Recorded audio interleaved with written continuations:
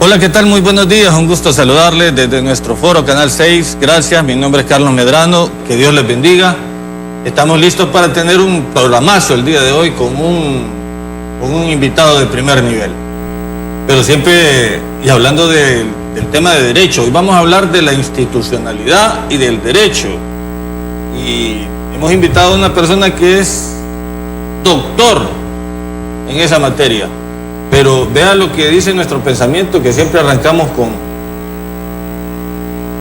un pensamiento, esta vez de Abraham Lincoln.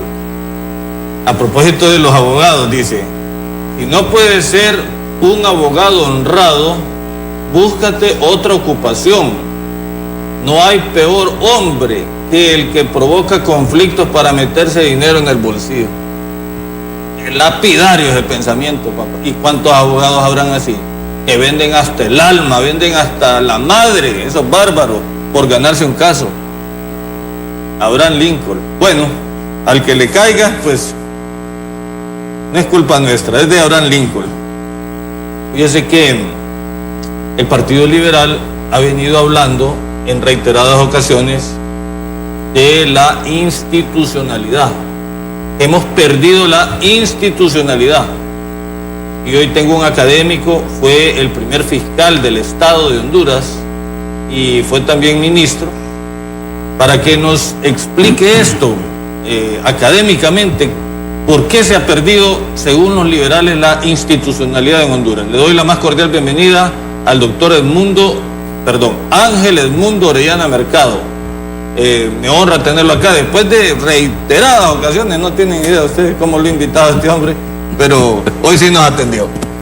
Señor. Gracias, Medrano, por la invitación.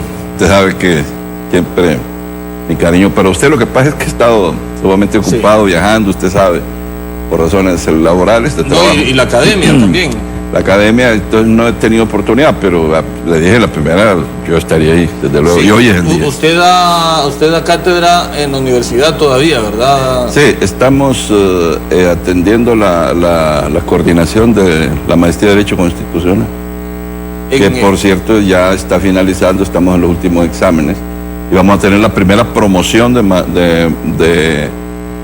magíster en Derecho Constitucional, así es que... ¿Y ha tenido clase?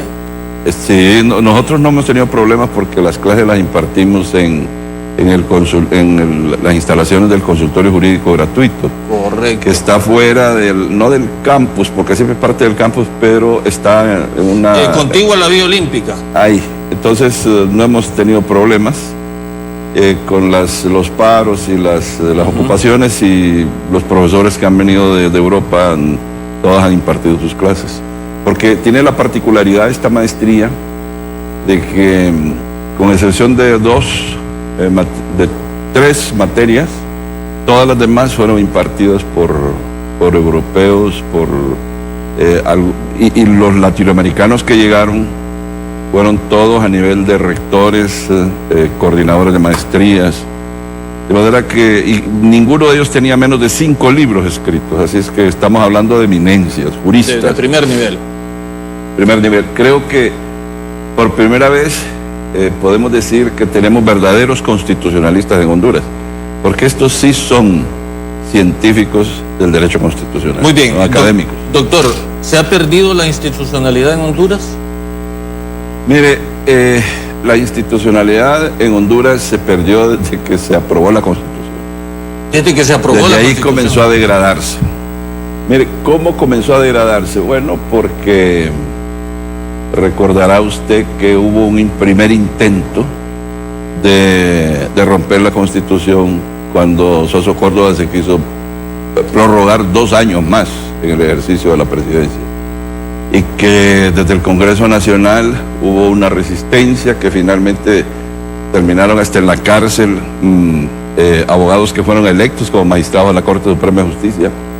Y hubo el primer intento de destruir la institucionalidad, ahí se debilitó la institucionalidad. Y a partir de ahí se había venido deteriorando hasta el caso en que después del golpe de Estado del 2009, en donde definitivamente hubo un atentado al orden constitucional, se dañó severamente la institucionalidad, luego la destitución de los magistrados de la Sala Constitucional, otro atentado al orden constitucional, y finalmente lo que el Congreso Nacional ha venido aprobando en leyes que fueron promovidas por quien hoy es presidente de la República, en donde se le da unas facultades extraordinarias que debían ser usadas solamente en estados de excepción, pero que él las tiene permanentemente, que son las que se ostentan a través del Consejo de Defensa y Seguridad, en donde están representados todos los poderes del Estado, Poder Judicial, pero también el Ministerio Público. De manera que él desde ahí controla todas las instituciones.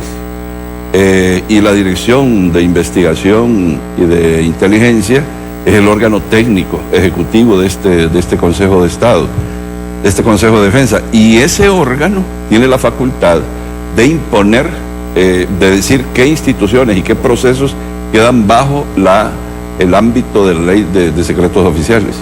Pero no solamente eso, también tiene la facultad de intervenir los teléfonos, supuestamente por orden judicial, pero sabemos que no es así, lo están haciendo indiscriminadamente.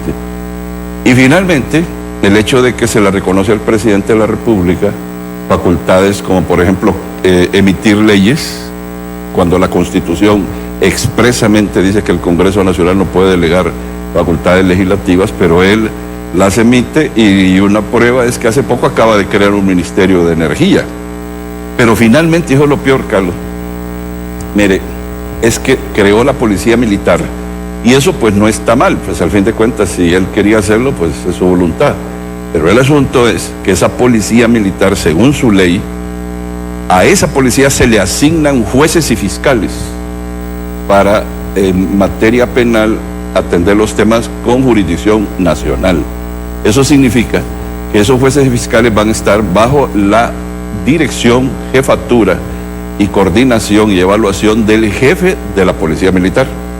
Es decir, es militarizar la justicia penal. Pero esa Policía Militar depende del presidente, de hecho. Depende del jefe del Estado Mayor, dice, pero de hecho depende de él.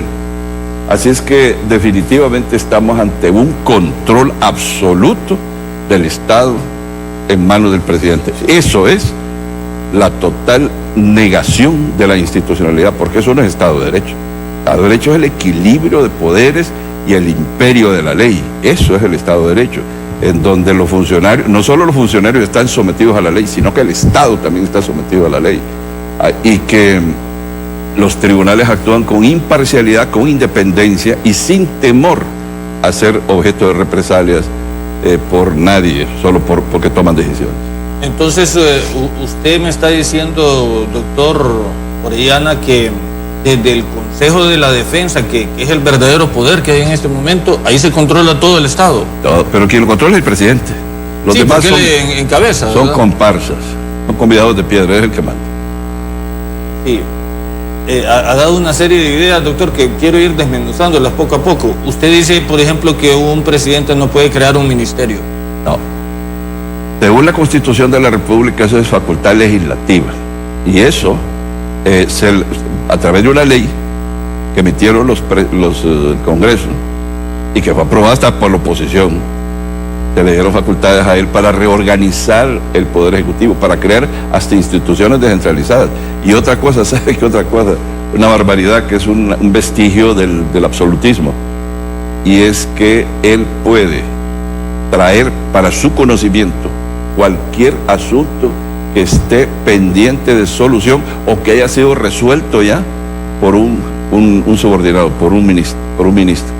Según la Ley General de la Administración Pública, los ministros tienen competencias específicas propias en las que no puede intervenir el presidente. Él, lo único que puede hacer el presidente es dirigirlos, pero las decisiones son responsabilidad de los ministros. Pues no, según esa disposición, el presidente puede decir, mire, aquella licitación que ustedes adjudicaron ahí, eso no está así, tráigamelo para acá, yo lo voy a hacer como yo quiero. Ya lo han hecho. Ya lo han hecho. ¿Y si ya firmó el ministro el contrato? No importa. No, cuando lo adjudican, antes de firmar. Ajá. Lo adjudican, no, anulan la adjudicación y adjudican ellos como ellos quieren. Eso es despotismo, eso es una cosa terrible. Eso no tiene pie ni cabeza en un Estado de Derecho, pero lo han hecho y la ley la aprobó el Congreso Nacional. Eso es lo peor. ¿Y qué supone usted, con tantos años de experiencia, doctor, que está ocurriendo en este momento con ese control absoluto? Bueno, lo que estamos viendo. En este momento las instituciones se mueven al ritmo de los gestos, caprichos y finalmente voluntad expresada del presidente. Mire, en un discurso el presidente dijo que él estaba de acuerdo que se bajara la edad punible. Solo fue un discurso. Y corrió el presidente de la Corte a reunir la Corte para atender el capricho del presidente. Y corrió el presidente del Congreso Nacional a hacer lo mismo. Y también el Ministerio Público se puso a trabajar. Trajeron hasta expertos internacionales porque el presidente, en un dicho, dentro de un discurso que se le ocurrió, lo dijo. Cuando un Estado funciona así, dejó de ser Estado de Derecho. Todos, usted, cualquiera, estamos expuestos a que por un gesto del presidente seamos víctimas de las instituciones.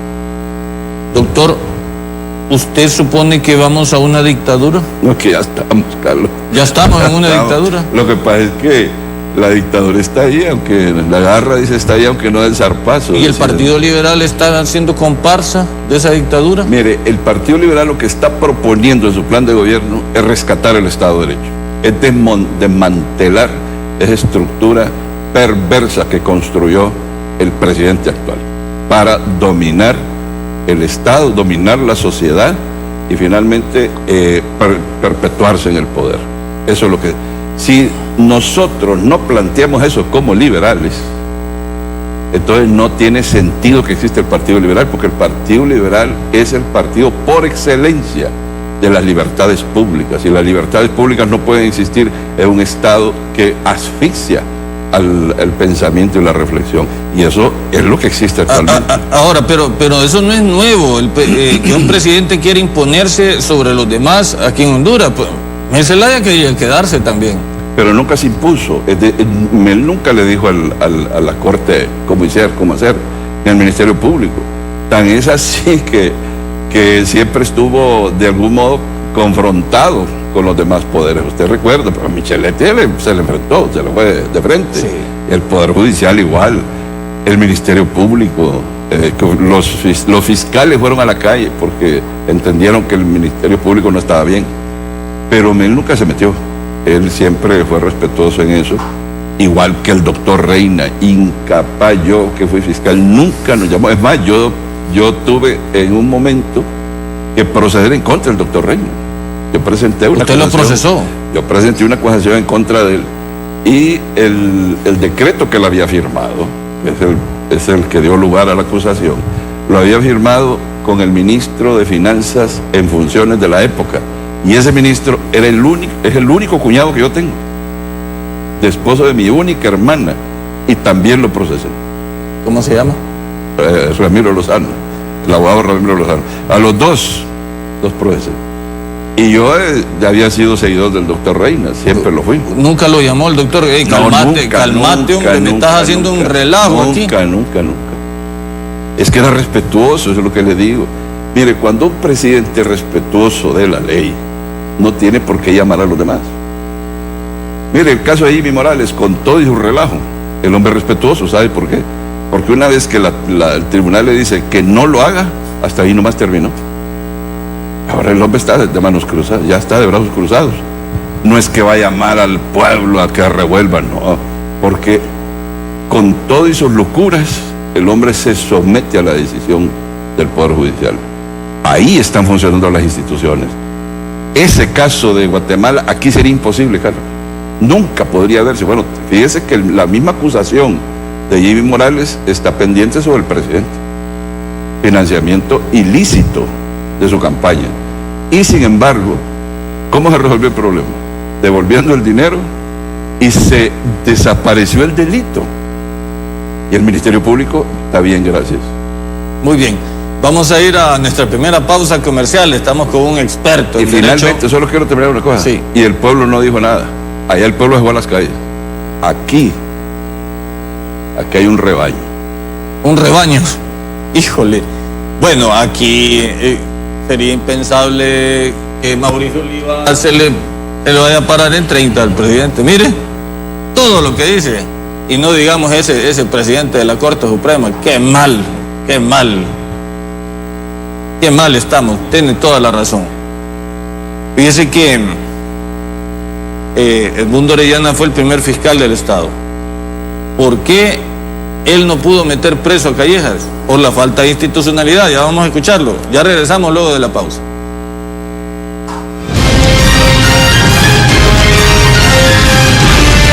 Ya regresa Foro del 6.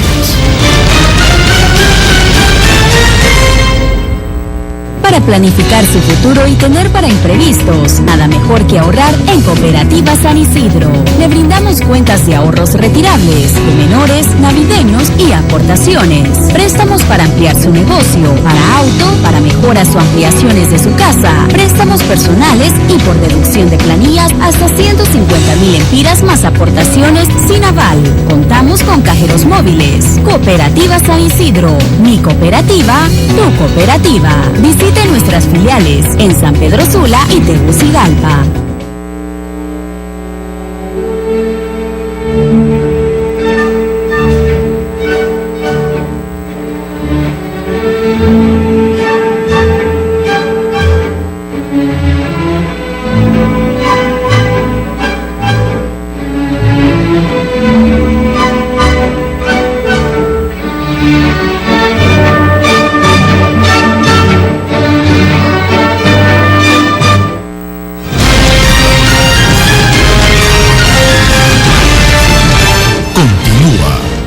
Foro del 6.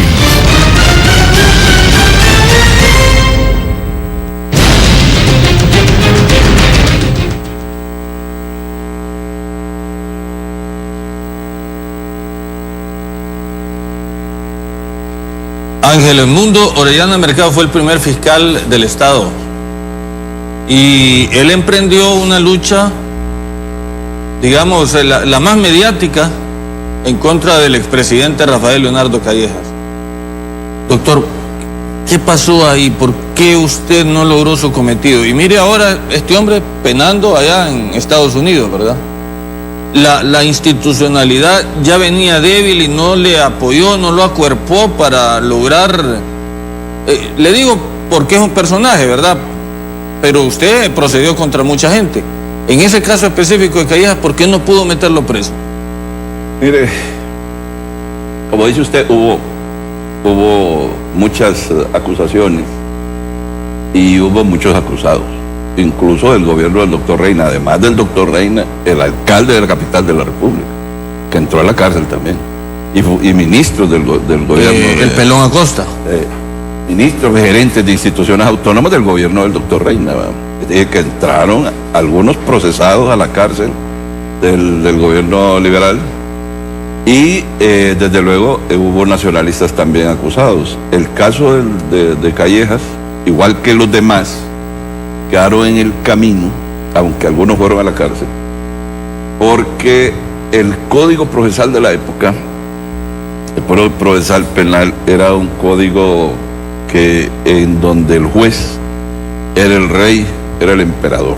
Habían dos fases: la etapa del sumario y la etapa del plenario. En la etapa del sumario la conducía el juez. El fiscal no tenía ninguna participación, ni siquiera el abogado defensor.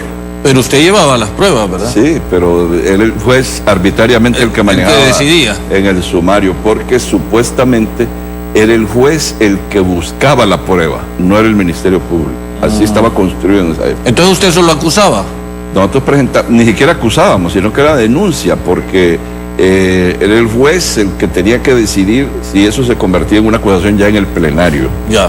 Entonces, y quien acusaba era el juez prácticamente, ¿no? Ahí aparecía el fiscal y aparecía el abogado defensor, pero hasta ahí, en esa etapa, toda la etapa del sumario, era el juez quien recababa pruebas, llamaba acá, llamaba acá. Nosotros éramos como acompañantes del juez. Y los jueces tenían costumbre de que los juicios, para evitar decidir, esos sumarios los llevaban hasta 5 años. Pasaban ahí jugando con aquellos expedientes. De modo que, y repitiendo declaraciones, testigos que hoy declaraban 4 años después, ya les había olvidado, ya no sabían. Y luego en plenario tenían que volver a declarar. Es una locura aquello, era una forma de evitar tomar decisiones. Bien, los jueces aprovecharon eso para no meterse en líos y no decidir, porque tenían presiones políticas, ¿verdad? ¿Y usted podía acusar a un juez como y los fiscal? Acusamos como 80 jueces. De negligencia, de... Sí, pero como gozan de ese privilegio de que hay de un antejuicio, entonces las cortes de apelaciones siempre la alargaban eso. Finalmente era una estructura que era para preservar la impunidad. Una de las cuestiones que yo le pedí al presidente del Congreso cuando fuimos nombrados como fiscal, que se aprobara un nuevo Código Procesal Penal. Ese nuevo Código Procesal Penal desafortunadamente sufrió muchas dificultades en el proceso de aprobación, porque se intervinieron los mismos acusados creyendo que les iba a afectar, más bien les iba a favorecer, porque como usted ve es un proceso garantista y que tiene muchas bondades para el acusado. Y se atravesó particularmente Callejas, dio una campaña en contra de ese código, pagó abogados, en fin, que no se aprobó durante yo fui fiscal, se aprobó después. Pero cuando se aprueba el Código Procesal Penal, el Congreso Nacional emite un decreto que supuestamente iba para manejar el proceso de transición entre el viejo sistema y el nuevo sistema procesal. Y ahí, en ese decreto, perversamente, por parte de los diputados de la época, se le dio facultades al juez para arbitrariamente, discrecionalmente, sobreseer casos, supuestamente porque tenían mucho tiempo de estar ahí, para evitar la mora judicial.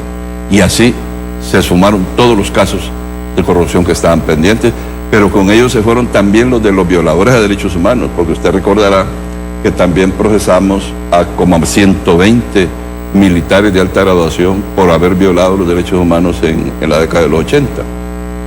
Y a policías de la época que eran... Pero ahí ya estaba socavada la institucionalidad, doctor. Bueno, en ese momento, como la presión era fuerte de parte del Ministerio Público, presionando teníamos la DIC, teníamos la Dirección de Medicina Forense, y todo eso recabábamos las pruebas que eran contundentes, ¿verdad?, en contra de ellos. El asunto es que la única forma que encontraron los políticos corruptos de la época fue aprobar ese decreto para evitar que fueran condenados finalmente. Porque no podían justificar, los jueces no hallaban cómo justificar eso, todo lo manejaban en el sumario todo. Y como había sido tratado con el código viejo, no podía ser tratado con el código nuevo. Entonces siempre, aunque viniera un código nuevo, los casos que nosotros presentamos tenían que tramitarse con el código procesal viejo. Entonces así todo el mundo quedó feliz porque todos quedaron sobreseídos. A estas alturas yo creo que no existe ninguno pendiente, pero todos habían pruebas. ¿Cuántos casos recuerda usted Bueno, mire, impuso? Solo le voy a contar casos como este.